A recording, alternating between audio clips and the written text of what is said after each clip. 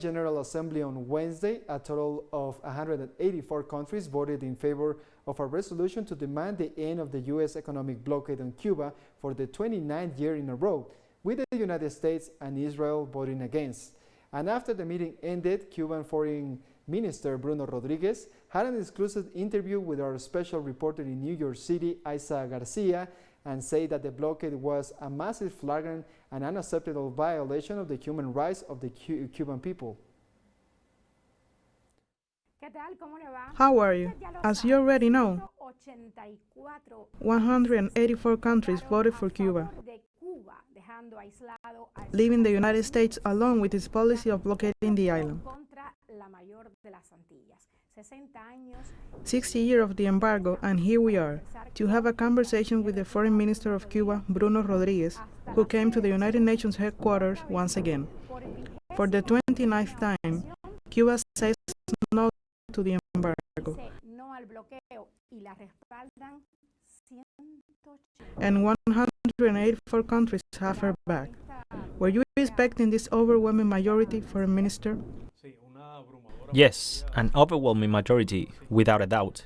Yes, but it is a surprising figure in times of COVID, of international economic crisis. At a time when there is a new government in the United States, a changing international environment. We even knew that from the point of view of the delegations present in the chamber. It was going to take place under different conditions, but we were absolutely certain that the overwhelming majority that exists in reality would also be expressed in the vote. I remember in the years, the first time this resolution was presented, it did not reach majority and was withdrawn in 1991. In 1992, it reached a small minority of around 50 or so votes and has been growing to a situation of practically unanimity in the member states of the United Nations. This is a very encouraging result, not only for the Cuban people, because when the blockade is debated in the United Nations General Assembly, the right to sovereignty, to peace, to development, to the enjoyment of human rights of all the people on the planet, and especially of the Cuban homeland, is being defended. I was surprised by the fact that many of the countries who spoke today mentioned the success that Cuba has had in the development of its vaccines, and it is a good thing that the island has the Abdala vaccine, which is one of the 4 most effective in the world. And I was also amazed by the fact that they recognized the cooperation that Cuba has provided with the medical aid brigades. How do you feel about this? Touched. One realizes it is a sincere feeling, that it is a recognition to a small and blockaded island, which, in a very annoying and discreet way, fulfills its duty of cooperation with its fellow countries of the South that need it so much, particularly in the field of public health. It has been this way for many years. It was extraordinary and symbolic during the Ebola epidemic in West Africa. And it has also happened during the COVID-19. And it seems to me that it is a fair tribute to the Cuban health personnel, who have done a task and keep doing it every minute, heroically in our country, and also since the beginning of the pandemic. They offered their expertise to other nations. But not only did 57 brigades of the Henry Reeve Medical Brigade arrived in more than 40 countries and territories, but already in the southern nations that were at the time more than 28,000 health professionals in 59 nations when the COVID-19 outbreak occurred. It was reiterated. It was emotional to hear that from our brothers in Latin America, and especially in the Caribbean, but also to hear it from African, Asian countries, and especially from the small Pacific islands. We also heard the United States representative said that the U.S. maintains the blockade against Cuba precisely to defend human rights on the island. How would you respond to that? Well, he did not talk about vaccines, not about COVID-19.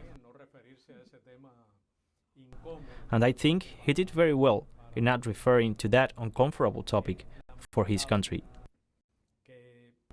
Because it is unfortunate that a country as rich as the United States has had a record number of COVID-19 cases and deaths. A record in relative and almost absolute terms. Knowing that about half of the deaths could have been avoided with other policies, with preventive measures, with a stronger public health system, with universal health coverage, with health coverage for the tens of millions of US Americans who do not have health insurance, or the huge differences to the detriment of the African American and Latinos, which should not have occurred.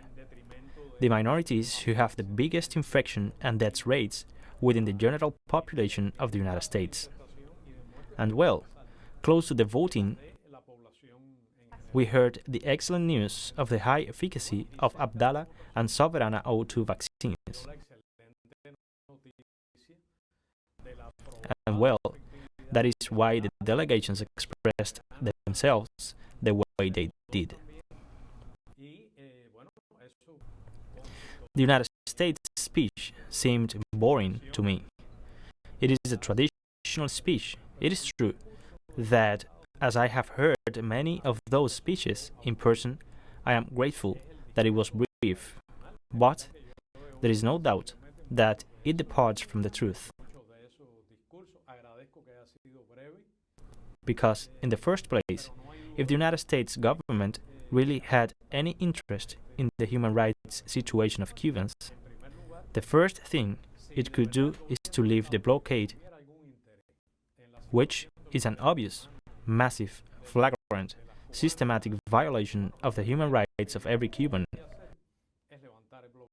of Cubans residing in the United States, and also denies the right of every US American by restricting their freedom to travel to Cuba. And of course, the government of the United States has no moral authority to speak about human rights violations in Cuba. It does so with a degree of political maneuvering, manipulation, and ideological approach with no credibility, and that has no international support. And yet, the government of the United States has very good reasons to sign international agreements on human rights. It is a developed country that has signed the fewest international conventions protecting human rights. It could recognize the right to food, it could sign the Convention on the Rights of the Child, it could recognize the right to peace, the right to development, and it would have to start by modifying the terrible, structural, systematic pattern of racism, of police brutality. And if I wanted to talk about political law, well, I would have to start by talking about what has happened in this country in the last year, which has been tremendous. The great polarization of US society, the hatred speech. That is, the United States has no moral authority to talk about human rights, and when they talk about this in Cuba, they do so with great hypocrisy and cynicism, and therefore nobody believes it.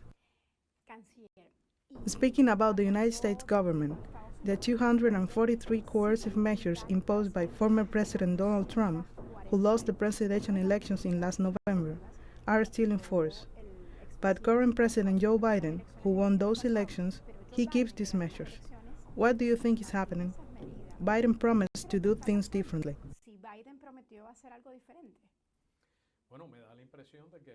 This is a question his voters could be asking themselves as well, taking into consideration all that was said during the campaign. This is a question that Cubans who reside in the United States and vote for a new government could be asking themselves as well, I imagine. And it is paradoxical that the current US government is still fully enforcing all the blockade terms. Of the 243 measures imposed by former President Donald Trump, of the more than 50 measures imposed against Cuba during the COVID-19 pandemic, which are cruel and opportunistic,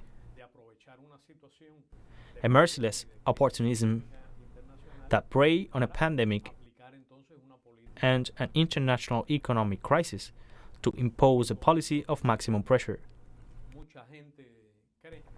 There are people in the United States who believe the blockade is a mistake. For many reasons, the most realistic ones recognize the blockade has not fulfilled its purpose, that it isolates the United States rather than Cuba, which cause them problems even with their international partners. There is no doubt that the inertial effect of continuing to impose policies of a government that was the opposite of the current one, with a totally different speech, with a different approach to the current one, surely leads people to wonder what's going on. It might be one of those chatty events that take place within political elites. It might be, to some extent, a voting issue. But there is no doubt that we should be concerned in the sense that the effect of continuing those inherited policies could be shaping and living without a policy of its own, a U.S. government that has proposed to change the country, to resolve polarization, to modify foreign policy, so that when you have the opportunity to interview President Biden or his Secretary of State, it would be a very good question. Finally, I would like you to tell us about the effects of the blockade during the last 60 years, about the damages. In your speech, you mentioned the blockade is an economic war of extraterritorial reach. What does this mean? The effect is enormous. The human damage cannot be counted. It is immeasurable. It is extraordinary. It reaches every Cuban family. It reaches Cubans living in the United States and in other countries.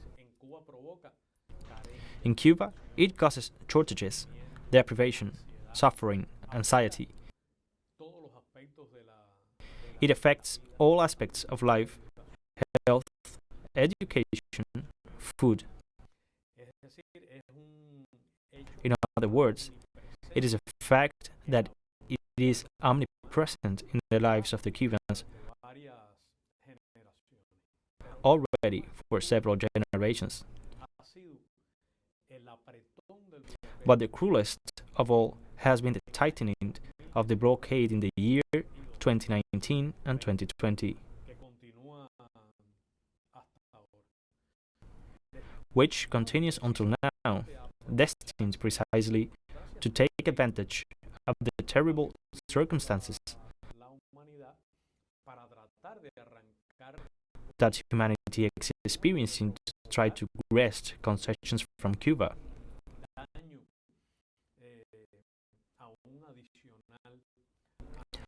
Or to cause additional damage to our population. amounting in this short period to more than $5 billion.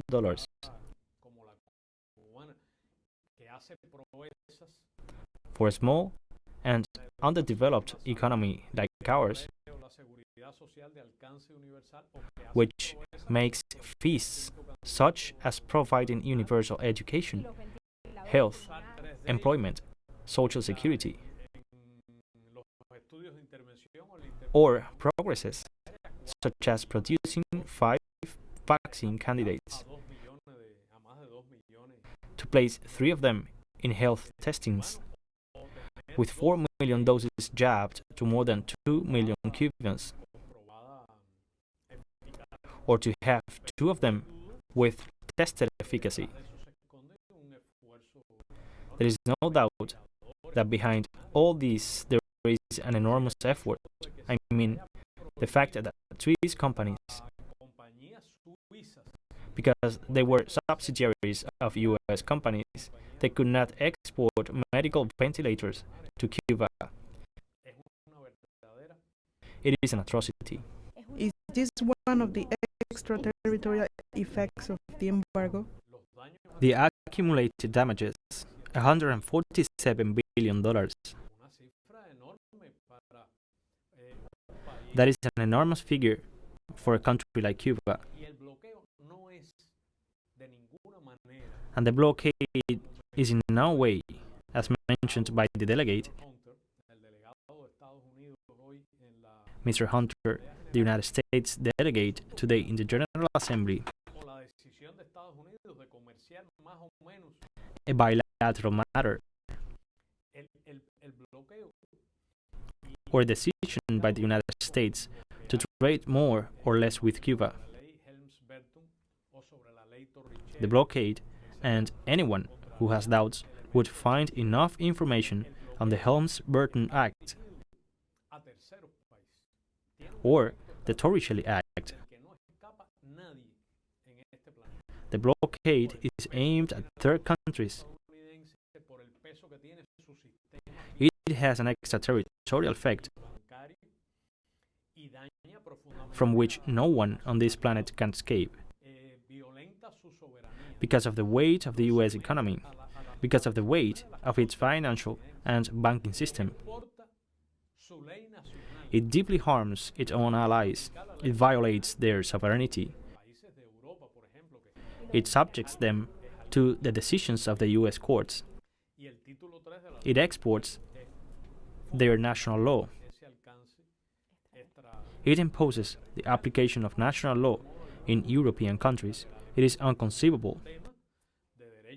And Title Number 3 of the Helms-Burton Act is fundamentally of an extraterritorial scope. So it is not a bilateral issue in any way. It is an issue of international law, a violation of human rights, a violation of universal trade rules, of restriction of the freedom of navigation that affects the interests of any company on the planet. And of course, one would expect a more vigorous practical action, especially from developed countries, which have a close relationship with the United States and whose interests are being tremendously affected. Definitely, the extraterritorial character of the blockade knows no borders. It affects everyone in the world. 3 words to define the blockade: Inhuman, extraterritorial, and I have to think of it as a virus. I have to think of it as a pandemic. It affects the whole planet. It affects Cubans. The blockade, like the virus, suffocates. The blockade, like the virus, kills.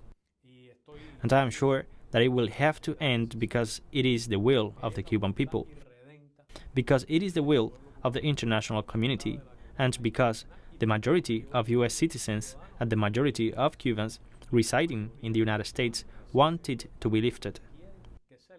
So I am convinced that this will happen. We are prepared to resist for as long as it takes.